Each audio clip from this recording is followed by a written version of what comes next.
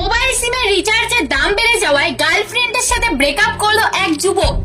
আমি সিম পোর্ট করবো না, তোমার যা ইচ্ছা তুমি করো। তুমি কি ভালোবাসা পুতুল খেলা মনে করেছো যে সিমের মতো আমাকে পোর্ট করবে?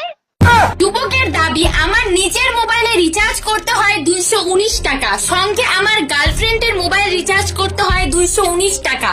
হ্যাঁ, যদি আমি সিম রিচার্জ করে না থাকতে পারি, তোমাকে ফোন না করেও থাকতে পারবো। Good bye. এই শুনে নেটিজেনরা যুবকটির চিন্তা ভাবনাকে আদর্শবান বলে মনে করেছে। আসলে কি হয়েছে ফোন রেকর্ডটি শুনে নিন। হ্যালো। হ্যালো। হ্যাঁ বলো।